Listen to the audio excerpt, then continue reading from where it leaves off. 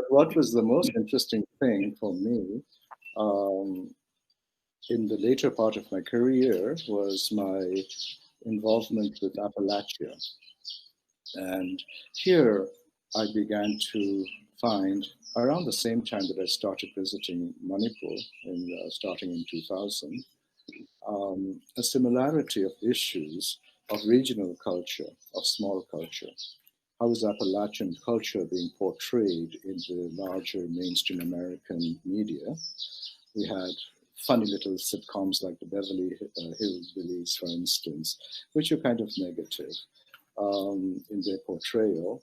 And also the issues of Appalachia being a region that was seen mostly as distant, as isolated, good for resources, in their case being coal mining.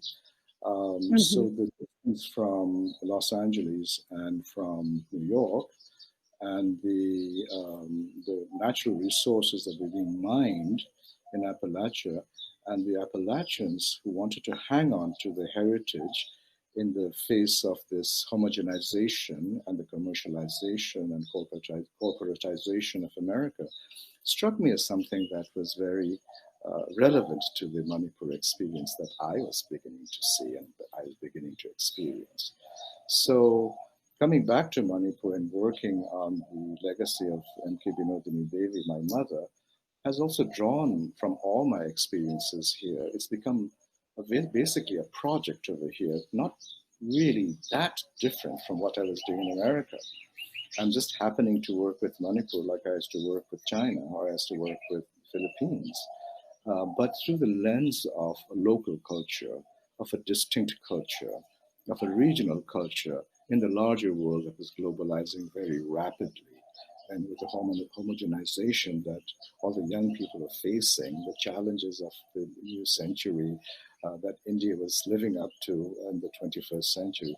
These are all things that kind of came together. And so even translating a book like The Princess and the Political Agent is very rewarding in terms of the thought processes of what are some of the issues that are facing smaller cultures in the world today and what's going to be happening to the futures of the generations that are trying to keep an identity.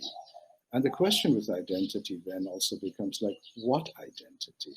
What are we going to be thinking about? Shall we remain insular and shall we remain self-referential? Or how do we deal with the outside world?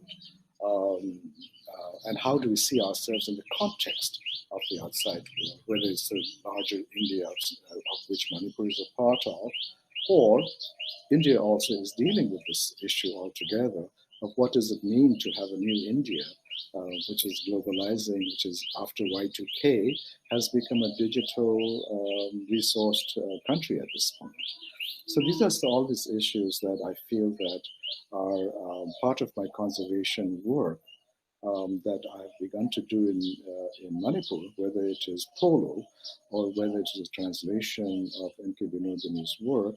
It's all a part of an investigation into what is a culture and how do we present it, how do we look at it again, how do new generations revisit it or discover it if they haven't heard of it before, and what does it mean for us to look at our own cultures and our own literatures and our own writers and our own icons like M.K. Binodini.